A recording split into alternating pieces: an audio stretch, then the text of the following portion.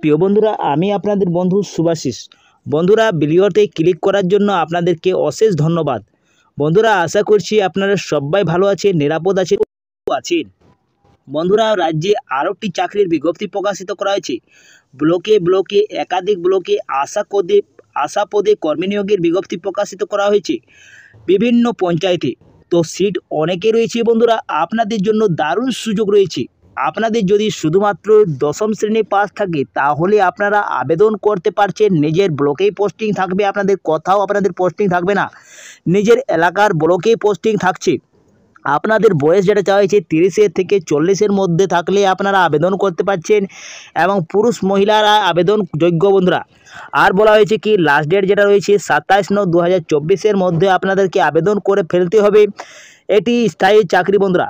তো বন্ধুরা, আবেদন করার জন্য আপনাদের কিভাবে আবেদন করবেন, কোথায় কত সিট রয়েছে, কোন পঞ্চায়েত থেকে নিয়োগ করা হচ্ছে এবং কোন ডিস্ট্রিক্ট থেকে নিয়োগ করা হচ্ছে সম্পূর্ণ ভিডিওতে জানিয়ে দেব বন্ধুরা। তো ভিডিওটা আপনারা শুরু থেকে এন্ড তক অবশ্যই আমার সম্পূর্ণ ভিডিওটা দেখবেন। তো চলো বন্ধুরা, বেশি দেরি না করে ভিডিওটা তাড়াতাড়ি শুরু করা যাক।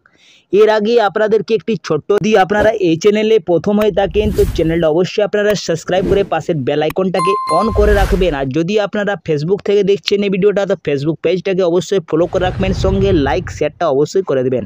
তো চলো বন্ধুরা, বেশি দেরি না করে তাড়াতাড়ি ভিডিওটা শুরু করা যাক। তো অন স্ক্রিনে আপনারা দেখতে পাচ্ছেন অফিসিয়াল নোটিশটি আমি এসে গেছি। এই অফিসিয়াল নোটিশে কী বলা হয়েছে চলো জানিয়ে দিচ্ছি।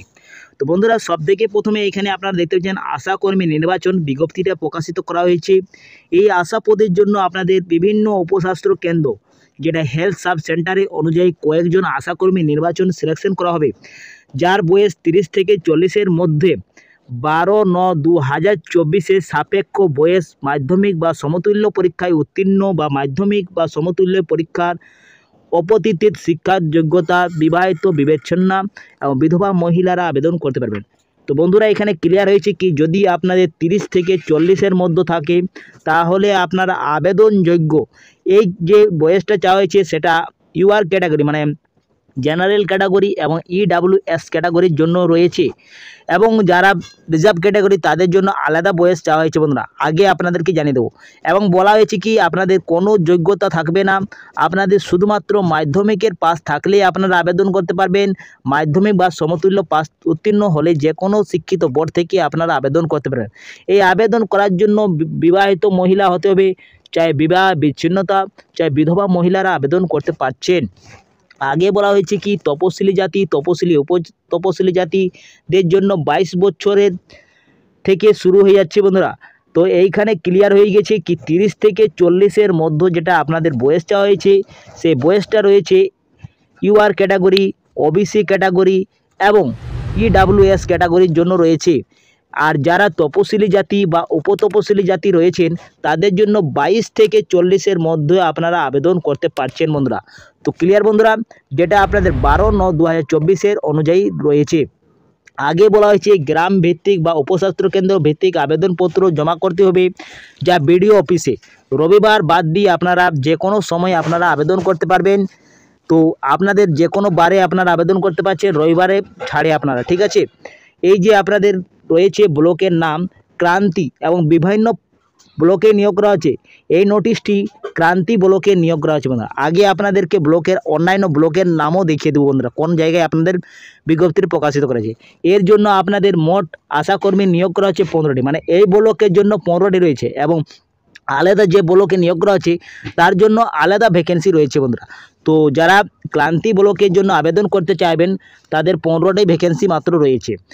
আগে বলা হয়েছে কি বিশদ জানাতে বিডিও অফিসে অথবা ব্লক প্রাথমিক স্বাস্থ্য কেন্দ্রে যোগাযোগ করুন। আবেদনপত্র জমা দেওয়া ডেটটা যেটা রয়েছে 12/9/2024 থেকে আপনাদের আবেদন শুরু হয়ে গেছে এবং 27/9/2024 বিকেল 5টার মধ্যে আপনারা আবেদন করতে পারছেন। তো বন্ধুরা, ক্লিয়ার হয়েছে কি 12 তারিখ থেকে আপনাদের শুরু হয়ে গেছে এবং 27 তারিখ তক আপনারা আবেদন করতে পারছেন এই মাসের। এইখানে আপনাদেরকে জানিয়ে দিচ্ছি অ্যাপ্লিকেশন ফর্মটা কিভাবে আপনারা পূরণ করতে হবে। এই অ্যাপ্লিকেশন ফর্মটা আপনারা পেয়ে যাবেন আপনারা টেলিগ্রামে, আমার টেলিগ্রামে পেয়ে যাবেন এবং অথবা আপনারা হোয়াটসঅ্যাপ গ্রুপও পেয়ে যাবেন, এই দুটোতেই আপনারা পেয়ে যাবেন বন্ধুরা। তো এইখানে আবেদন ফর্মটা আপনাদেরকে ডাউনলোড করতে হবে। এখানে আপনাদেরকে ডান পাশে আপনাদেরকে একটি ছবি সাটিয়ে দিতে হবে আঠা দিয়ে। তারপরে আপনাদেরকে এইখানে চলে আসতে হবে। এইখানে আবেদনকারীর নামটা দিয়ে দিতে হচ্ছে, স্বামীর নামটা দিয়ে দিতে হবে, পিতার নামটা দিয়ে ঠিকানাটা দিয়ে দেবেন। তারপরে বসবাসকারী বা এলাকার নামটা দিয়ে দিতে হবে, গ্রাম পঞ্চায়েতের নামটা দিতে হবে, ব্লকের নাম দিতে হবে, মাধ্যমিক পরীক্ষায় মোট প্রাপ্ত নম্বর মানে টোটাল মার্কসটা দিতে হবে, সর্বোচ্চ শিক্ষা যোগ্যতা কী রয়েছে সেটা দিতে হচ্ছে। 10 নম্বর কলমে বিবাহ বিচ্ছিন্ন বা বিধবা যেটা রয়েছে আপনারা সেটা আপনারা মেনশন করে দেবেন। জন্ম তারিখটা দিতে হবে, তপশিলি জাতি না উপতপশিলি জাতি, অনগ্রহ শ্রেণী বা সাধারণ থাকলে আপনারা এইখানে মেনশন করে দিতে হবে। 13 নম্বর কলম বলা আছে যে উপস্বাস্থ্য কেন্দ্রের জন্য আবেদন করেছেন তার নামটা দিতে হচ্ছে, তারপরে মোবাইল নাম্বারটা আপনারা মেনশন করে দেবেন।